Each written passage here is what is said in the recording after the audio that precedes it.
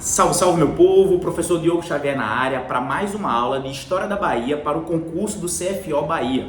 As aulas que a gente está dando aqui são do conteúdo de História, História da Bahia e Geografia, muita coisa, né? Então, dizer para vocês que esse material também, ele serve tanto para a Polícia Militar quanto para Bombeiro Militar desse concurso agora do CFO Bahia da banca UNEB, tá certo, meu povo? Então, aqui no canal você tem todo esse conteúdo. Então, chegou por aqui, hoje, por exemplo, a gente vai falar sobre a Revolta dos Malês, que é uma revolta importantíssima que acontece no estado da Bahia naquele momento. Tá certo, meu povo? Então, dizer para você que chegou por aqui, que tá gostando do canal, curta, comente e compartilhe. Isso ajuda muito o nosso canal a crescer. Então, você deixando aquela curtida, se inscrevendo no canal, ativando o sininho, a gente vai ter conteúdo aqui, ó, durante todo o período até a data da prova.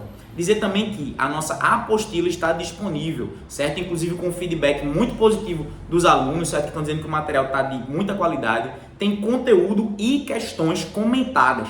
Então serve para você ler o material, complementa assistindo os vídeos e fazendo questões, que é uma coisa tão importante na prova de vocês. Beleza, meu povo? Então, vamos embora para o nosso conteúdo aqui de fato. Vê só, Revolta dos Malês. O que é essa revolta?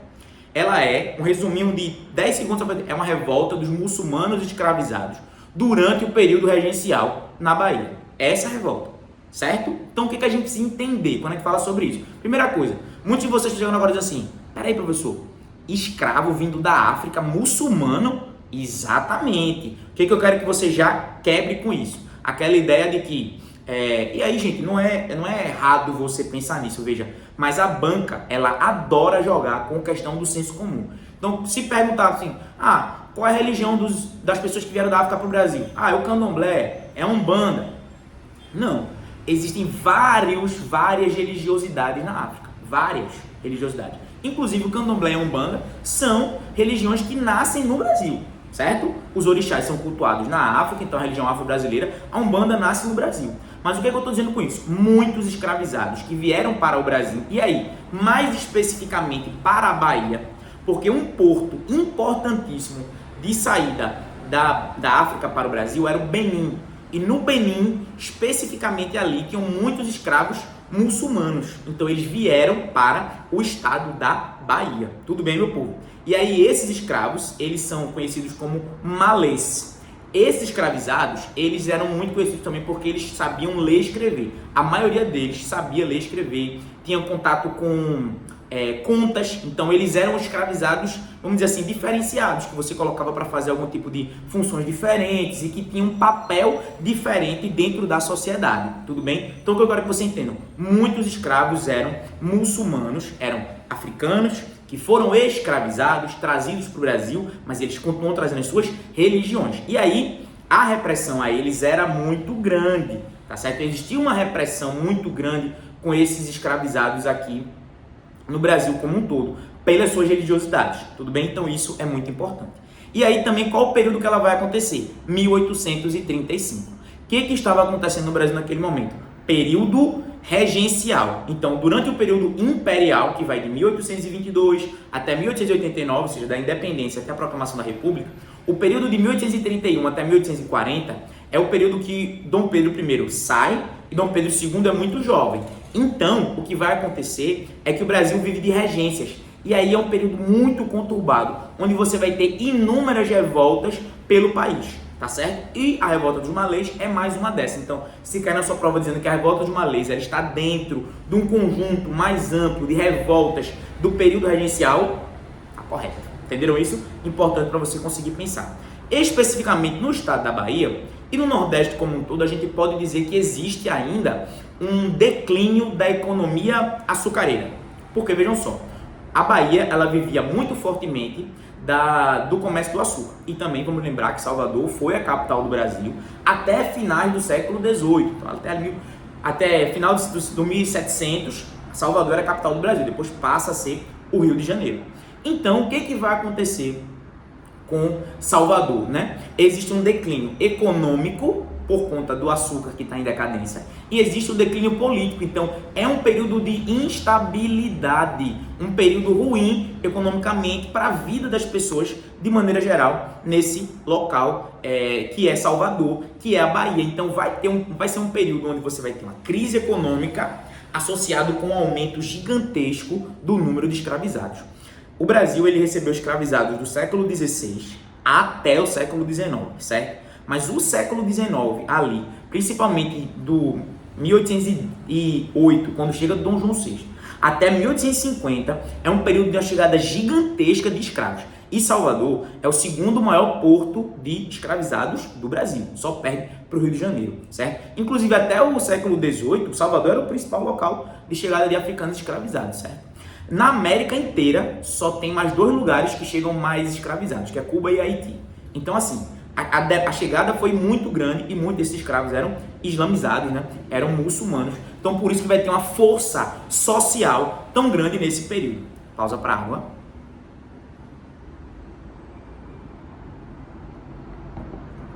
E para dizer que você tem 2 formas de ajudar o nosso canal a crescer. A primeira, curta, comente e compartilhe. Espalhe o boato. Manda esse vídeo naquele grupo lá dos amigos que estão fazendo o concurso. Manda esse vídeo para as pessoas que você sabe que vão fazer, porque isso ajuda muito o nosso canal a crescer. A segunda forma é adquirindo um dos nossos materiais. Pode ser através da nossa apostila, o nosso aulão de véspera também que vai acontecer, certo? Na quinta-feira, dia 13, antes da prova, teremos o nosso aulão de véspera. E aí você pode adquirir os nossos materiais ou adquirindo exatamente você pode contribuir através do Pix que fica aqui na descrição, beleza? Vamos embora para o nosso conteúdo. Então, diante de tudo isso que estava acontecendo, certo? Que esses africanos estavam aqui presentes no estado da Bahia com muita força, isso estava ganhando uma importância. Os malês, eles vão se juntar para fazer essa revolta. Então eles começam a aumentar, a se organizar, vão se organizando, eles vão aumentando a sua capacidade de conhecer outras pessoas, porque a revolta ela tem importância, ela precisa ter uma associação grande. Então você precisa dialogar com os diversos setores para você conseguir fazer isso. Então eles estavam programando essa revolta de acontecer ali no dia 25 de janeiro, que é o Ramadã. Então, você já está próximo, né, de acontecer o bicentenário, né?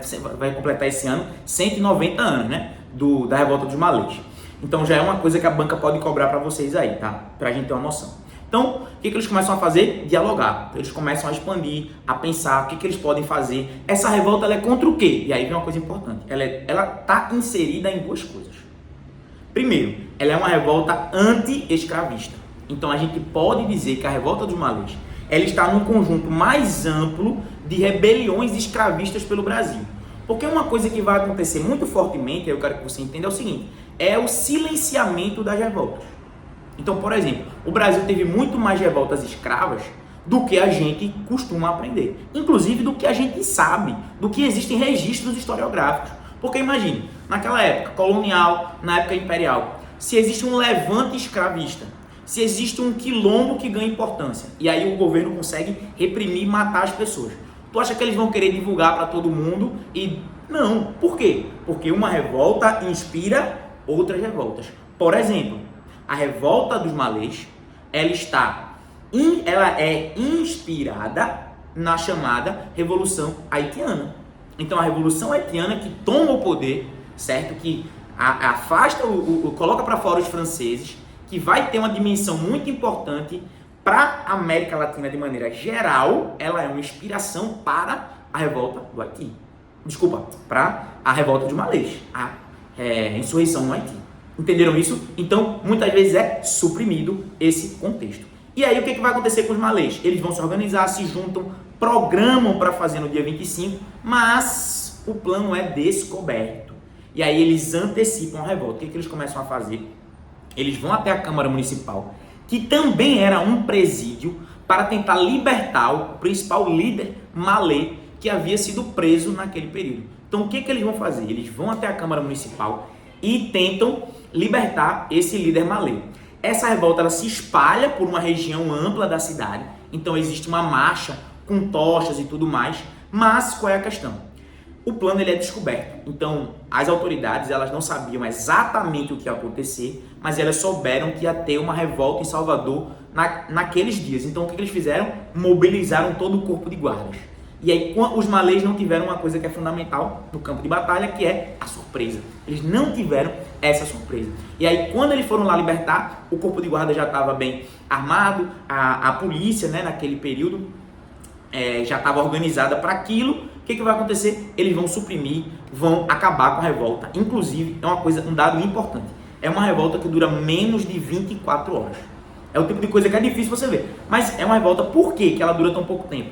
Porque a repressão colonial ela é muito severa, muito forte para cima dos malês. Então eles vão atacar esses escravos muçulmanos. Inclusive, eles vão destruir a revolta e vão punir de maneira exemplar os líderes da revolta. Então é um massacre em todo mundo que participa e até em quem não participa, porque eles começaram a caçar os escravos muçulmanos para servir de exemplo. E muitos daqueles que eram muçulmanos, mas não participaram da revolta, também foram assassinados. Inclusive, a partir dali começou uma perseguição ainda maior a qualquer prática religiosa que fosse próxima do islamismo. Inclusive, um aumento da necessidade de que os escravos praticassem o cristianismo de maneira mais severa, cobrando de maneira mais severa os escravizados de participar disso, justamente por conta desse contexto.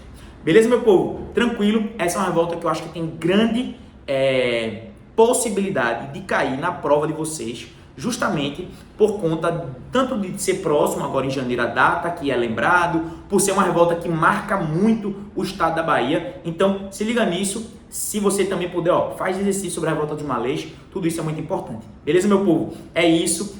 E inclusive tem um documentário da EBC em 4 episódios, é um documentário um pouco mais amplo e tal, mas que eu indico se você tiver um tempo e tal, não sei o que lá, que é Malês, é só isso. Malês, e aí você vai entender também como essa revolta feita por escravos muçulmanos, eles fazem de uma maneira romanceada, uma minissériezinha, mas é bem legal para você conseguir entender esse contexto. Beleza, meu povo? É isso, tamo junto e forte abraço.